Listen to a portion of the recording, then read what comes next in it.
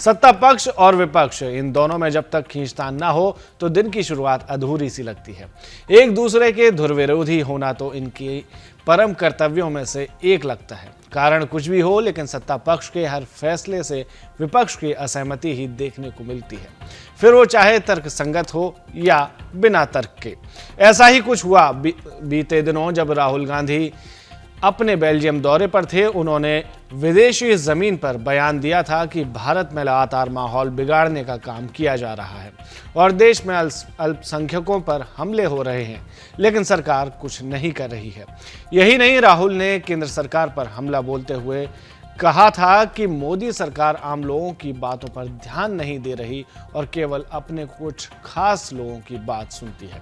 विपक्ष से बयान आया तो ऐसा हो नहीं सकता कि सत्ता पक्ष से कोई पलटवार ना हो।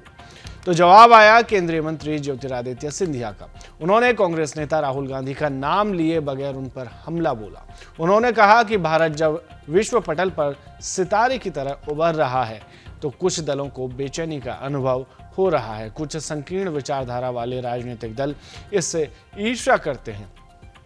उन्होंने यहां तक कहा कि विदेश जाकर भारत की आलोचना करने वालों को जनता की पहचान हो चुकी है और बहुत कुछ कहा है। उन्होंने क्या कहा है आपको सुनाते हैं।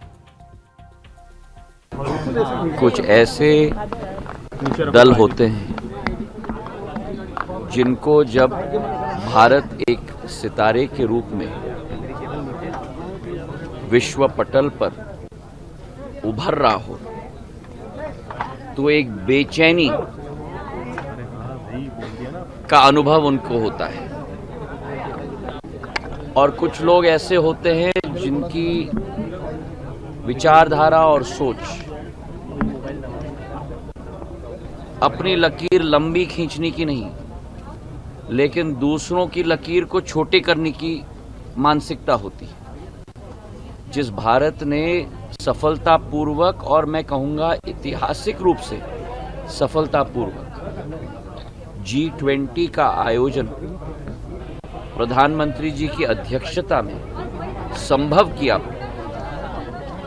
पूरे विश्व के नेताओं ने, चाहे राष्ट्रपतियों हों, प्रधानमंत्री हों, भारत दर्शन किया और भारत की आर्थिक एवं आध्यात्मिक शक्ति और सांस्कृतिक शक्ति, मूल्यों की शक्ति, सिद्धांतों की शक्ति का अनुभव किया।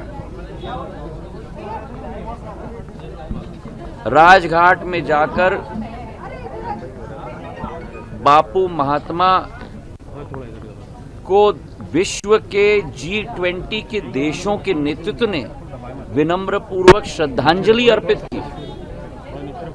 और जिस G20 जो भारत में आयोजित हुई, वहां दिल्ली की डिक्लेरेशन संभव हो पाई। जिस दिल्ली डिक्लेरेशन में केवल भारत के समक्ष चुनौतियां नहीं, ग्लोबल साउथ के समक्ष चुनौतियां नहीं, लेकिन विश्व के सामने चुनौतियों को उल्लेख पूरे विश्व के नेताओं ने किया। और जिस G20 में भारत से खाड़ी देशों से यूरोप तक एक नया अधोसंरचना और व्यापार का चैनल की नींव रखने की एक ऐतिहासिक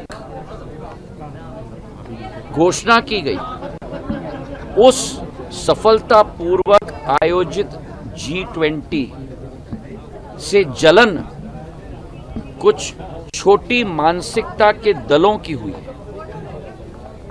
और ये सोच और ये विचारधारा रखना और दोबारा विदेश में जाकर भारत माता की आलोचना करना, मैं मानता हूं कि आज देश की जनता पूर्ण रूप से ऐसे नकारात्मक शक्तियों को जान चुकी है, पहचान चुकी है और उनको आने वाले दिनों में पहली बार नहीं, दूसरी बार नहीं, लेकिन तीसरी बार भी सबक सिखाने के लिए पूर्ण रूप से आतुर रही।